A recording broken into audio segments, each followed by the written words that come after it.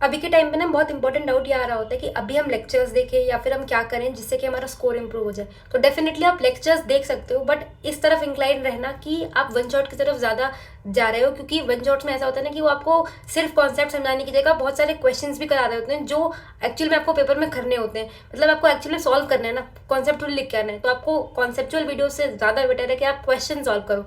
तो जो लास्ट के डेज होते हैं उसमें आप वन शॉट्स को प्रेफर करो एज कम्पेयर टू जो आपके थ्योरी वाले लेक्चर्स हैं। बिल्कुल, मैंने अपने पूरे ड्रॉप ईयर में वन शॉट्स ही देखे हैं, तो उसका दो मेजर फायदे होता है कि एक तो बहुत ज़्यादा आवर्स ऑफ लेक्चर्स नहीं देखने पड़ रहे हैं, प्लस हमें एग्जाम से पास आते आते ज़्यादा सॉल्विंग करनी होती है, और कोई भी एक टॉपिक को इन डेप्थ पढ़ के ये जो हम कर रहे होते हैं इसमें ज़्यादा टाइम चाहिए होता है, उसके बाद हमें प्रैक्टिस करनी होती है उसकी। बट वन शॉट में साइड बाय साइड कराता है थियरी और प्रैक्टिस, तो हम वन शॉट्स ही अभी रिकमेंड करेंगे। हाँ, तो इस वाली वीडियो में हम क्या बता रहे होंगे ना कि जो पर्सनली हमारे लिए टीचर्स हेल्पफुल थे या फिर जिनके कॉन्सेप्ट्स वीडियोस या फिर वन शॉट्स हमारे लिए हमारी हेल्प करी थी, या फिर जो इस टाइम पर पिन पॉइंट आपको वही चीज़ पढ़ा रहे होते हैं जो जेई मेन में पूछ रहे होते हैं, वो वाली वीडियोस हम आपको रिकमेंड करेंगे या फिर वाले लेक्चर्स हम आपको रिकमेंड करेंगे। एंड ये हमारा पर्सनल रिकमेंडेशन है, ऐसा नहीं कि अगर आप किसी और टीचर से पढ़ रहे हो तो आपको ऑफेंड होना है या फिर कुछ होना है कि ये मेरे वाले टीचर अच्छा पढ़ाते हैं, कि हमारा पर्सनल रिकमेंडेशन है। तो अगर हम केमिस्ट्री की बात करें तो मोहित रायन सर के जेई नेक्सस के जो वन शॉट्स हैं, ये वाले टॉप 30 डेज वाले चैलेंजेस, 10 चैलेंजेस, ये बहुत ज़्यादा हेल्पफुल हैं, क्योंकि इसमें दोस्त ने 1000 क्वेश्चन वाले सेशन लिए हैं। Complete organic chemistry, complete inorganic chemistry, complete physical chemistry, सब 12 आवर्स में कंप्लीटेड है। जो 12 आवर्स वाला पॉइंट होता है ना, कि कई लोगों का ये पॉइंट होता है कि 12 आवर्स हम क्यों बैठे हैं, तो वो आपकी सिटिंग इंक्रीज कर रहा होता है कि आपको आइडिया लगेगा आप बैठ सकते हो 3 घंटे 4 घंटे के सेशंस की स्लॉट्स आप बना के उसको कंप्लीट कर लीजिए।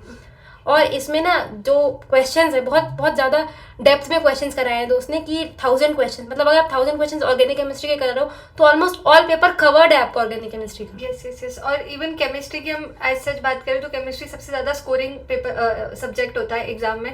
उस पर अभी जितना इनपुट डालेंगे ना उससे ज़्यादा आउटपुट मिल रहा होगा। आप पेपर में जाके भी इमेजिन करो कि अगर आपने फिजिक्स और मैथ्स पढ़ा है बट उसके बाद लेंदी क्वेश्चन आ रहा है या तो फिर टफ क्वेश्चन आ रहे हैं, तो आपको हमेशा केमिस्ट्री का सेक्शन देख के ये फील होगा कि थोड़ा सा ये याद आ रहा है, काश इसको अच्छे से पढ़ लिया होता, काश ये वाले पार्ट को मैंने अच्छे से पढ़ लिया होता, ये बना देता मैं। तो केमिस्ट्री में ये फीलिंग बहुत स्ट्रांग होती है, इसीलिए लास्ट डेज में केमिस्ट्री सबसे ज्यादा पढ़ना होता है ताकि आपको सबसे ज्यादा आउटपुट मार्क्स के टर्म्स में मिल पाए। हाँ, और कुछ ऐसे टॉपिक्स होते हैं जो आपको लास्ट में ही पढ़ने होते हैं, जैसे शॉर्ट एनालिसिस हो गया, बायोमोलिक्यूल्स वाला पार्ट हो गया, तो उसके लिए भी दोस्त ने सेशंस लिए हुए हैं, बहुत अच्छे सेशंस लिए हुए हैं जिनमें आपको कंप्लीटली क्रिस्प 3-4 घंटे में आपको कंप्लीट जो +12 मार्क्स +16 मार्क्स वाली सीरीज है कंप्लीट इन चैप्टर्स की, उनको कंप्लीट कर दिया। तो आप उन सेशंस को जरूर देख सकते हो। इसके बाद कमिंग बैक टू फिजिक्स, जो हमारा फिजिक्स होता है उसमें आपको पीवाईक्यूज पे ज़्यादा फोकस करना होता है, और आपको ऐसा नहीं करना होता कि आप बहुत सारा अभी के टाइम पर आप बहुत सारी थ्योरी कर रहे हो। इलेक्ट्रोस्टैटिक्स आपको स्टार्ट करना है तो फिर इलेक्ट्रोस्टैटिक्स में इन डेप्थ एकदम पढ़ रहे हो, पूरा एचसीवी पूरा पढ़ लिया, ऐसा नहीं करना होता है। आपको कॉन्सेप्ट देखना होता है कि क्या कॉन्सेप्ट है और क्वेश्चन कैसा आ रहा होगा। तो पर्सनली मैंने लास्ट जेईई मेन के टाइम पे किया था, तो मैंने एडोनिटी की कॉन्सेप्ट वीडियोस देखे थे एंड देन उनके पीवाईक्यूज किए थे जो उन्होंने सॉल्व किए हुए हैं लास्ट 5 ईयर्स के पीवाईक्यूज।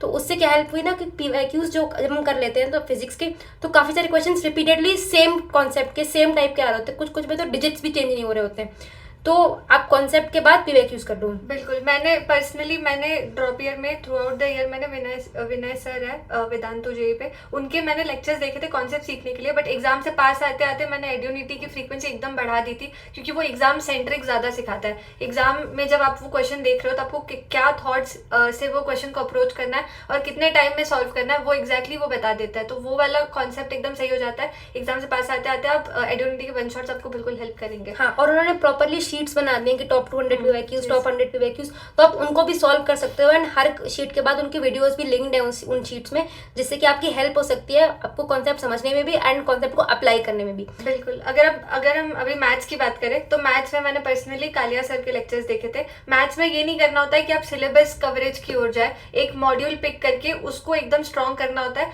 और आपके टोटल पूरे मैथ्स के सब्जेक्ट में अगर आपकी मैथ्स थोड़ी वीक साइड पे है तो आप 2 मॉड्यूल्स या 2.5 मॉड्यूल्स को रखोगे और आप उनकी एकदम प्रैक्टिस करोगे, उनको एकदम स्ट्रॉन्ग करोगे। तो कालिया सर के सेशन में जनरली अंडरस्टैंडिंग बहुत सही होती थी, और वो कई बार क्वेश्चंस को ट्वीक कर देते थे कि अगर एक कंडीशन दी हुई है तो उसको थोड़ा, अगर इसके बदले ये दिया होता तो ये भी मैं बता देता हूँ, और अगर ये दिया होता तो इसका भी आंसर बता देता हूँ। तो वो इस तरह से एक्सप्लेन करता है, वो काफ़ी हेल्पफुल होता है एग्जाम के लिए। हाँ, और वो कॉन्सेप्चुअलाइज ज़्यादा कर रहे होते हैं इन सेंस कि आपको याद करवाने से अच्छा कि वो आपको कॉन्सेप्ट बता रहे होते हैं कि आपको प्रॉपरली, अगर क्वेश्चन थोड़ा सा चेंज भी हो गया, क्योंकि जेई में मैथ्स के क्वेश्चन में जनरली ऐसा होता है कि रिपीटेड पीवाईक्यूज नहीं आ रहे होते हैं, ऑलमोस्ट नए पीवाईक्यूज आ रहे होते हैं। तो आपको क्या करना है कि जो वो लेक्चर्स आप देख रहे हो तो आपको कॉन्सेप्ट समझना है, ना कि आपको क्वेश्चंस याद करने। मैंने पर्सनली अलजेब्रा के वन शॉट्स देखे थे उनके, तो वो काफ़ी अच्छे हैं इन सेंस क्योंकि वो प्रॉपर डिटेल्ड नॉलेज भी दे रहे होते हैं और आपको क्वेश्चंस भी सॉल्व करा रहे होते हैं, जो जेईई मेंस में आपसे प्रिडिक्टेड क्वेश्चंस होते हैं, जो प्रेडिक्ट कर सकते हैं क्वेश्चंस वो। बिल्कुल, तो मैथ्स में हम मॉड्यूल पिक करके उसको टारगेट करेंगे और उन्हीं के लेक्चर्स या उन्हीं की सॉल्विंग एग्जाम से पास आते थे, सॉल्विंग ज़्यादा देखेंगे, थियोरी वाला पार्ट कम कर रहे होंगे एकदम। हाँ, और ऐसा कहीं भी नहीं है कि आपको सिर्फ इन टीचर्स के लेक्चर्स देखने हैं, आप किसी भी टीचर के लेक्चर देख सकते हो, बट आपको अपना सोर्स फिक्स रखना है। ऐसा नहीं कि आप 10 टॉपिक्स उठा रहे हो और 10 अलग अलग टीचर्स से देख रहे हो, ऐसा बिल्कुल भी नहीं करना है, क्योंकि वो आपका कॉन्सेंट्रेशन भी कम कर देगा और उतना आउटपुट भी नहीं आएगा जितना अगर आप एक टीचर फिक्स करके 10 लेक्चर्स देख रहे हो उनके। बिल्कुल।